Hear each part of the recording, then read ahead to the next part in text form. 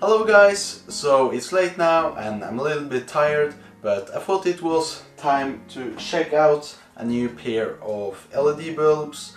This time here it's, I'm not sure what company it's from, but they call them C6 LED headlights, all-in-one compact design, and then we have a F for some reason. And I got them in the H4 socket. And of course they are E marked, CE marked, or China Export marked, I don't know, ROHS, some American thing there, and also DOT approved for sure. Made in China, of course. So opening the box here, you're greeted with a user manual. It just tells you how to put it in. And they call it the operating manual, or in Chinese, or Manual Usuariano, yeah, probably Spanish or something. Other than that, there are just two bulbs in there with a little bit of foam.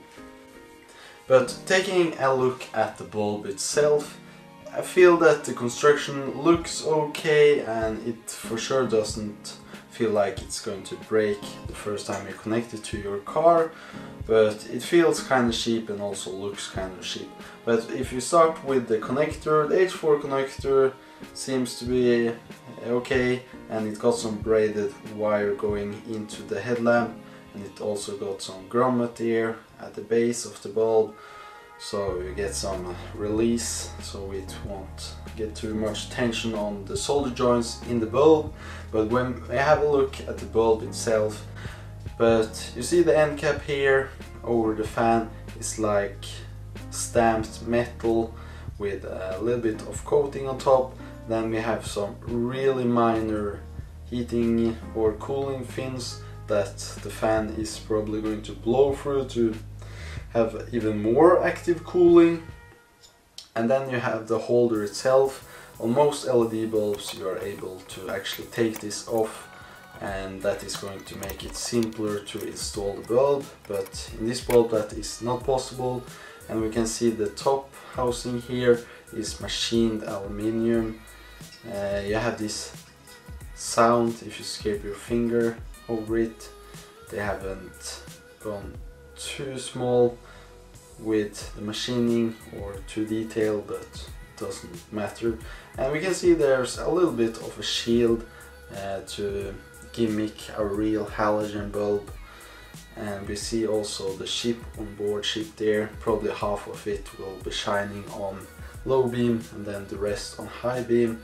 And otherwise it's a fairly thick bulb, so I don't think the light pattern will be great. And also the chip on board chip is much bigger than the standard halogen bulb, and the chips are mounted to this copper board, I believe, and the copper board is really thin and it's just screwed on to the aluminum base, so I'm not sure how it will keep up with the cooling, but we will have a look at it later. And construction okay, minus. So here we can see, and also here the LED bulb is running. So since it got active cooling, it seems to be actually able to cool down the bulb fairly good. But if this fan were to break, we will have another story. And the LED bulb seems to be running at 1.4 amperes at 13.8 volts, I believe, and that is around 20 volts. No, I mean 20 watts of electricity. And it's also really white. My phone won't really pick that up, but it's got a nice white color to it, which I like. So here we can see the light pattern. It's not perfect, but we can see that it got a little bit of, what can I say, some light pattern to it. And just to see how the high beam looks, so this is low beam, and then it actually switches off half of the LEDs, so not all of them are on at the same time, as you can see, and you really lose your hotspot.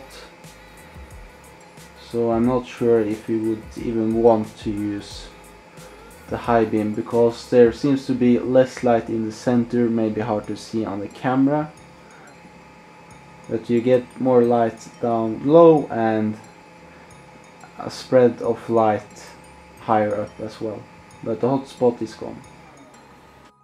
So here we can see the halogen. It doesn't really look too good either, in my opinion. I'm not sure if I've done anything wrong with the bulb alignment in the holder there, but I will measure out some lux and we will see the difference. And then we have a high quality, high performance LED bulb as well. The fan is running much quieter, and the light beam performance is much sharper, and I would say it's even sharper than the halogen. And we can see that the hotspot there is in the middle. And I will of course measure the lux on this one as well. So here you can see a graph that I made from the lux readings, and we can see that there are some differences between the bulbs. As we can see, the halogen was in this test the worst, and keep in mind these are Osram Nightbreaker Unlimited H4 bulbs. They were brand new, and I believe they say they are up 130% or so. They at least say that. The C6 H4 LED didn't have a perfect beam pattern, but we could see they were a little bit brighter overall in all of the fields that I tested, and the hotspot was as well brighter. But compared to a high-powered H4 LED bulb, we can see there's a really big difference, and you get what you pay for in other terms. And we can see that the hotspot in the H4 high-performance LED was much more brighter. And if I were to put in a lot more points, we could see that the graphs would be more gradual, but overall high-performance LED wins all the time. The cheaper LED was better than halogen in this test, which is good. I only measured 4 points and measured the lux at those points, so that means since the one of the hotspot in this one was so much brighter than the others, my numbers will be much higher for this one.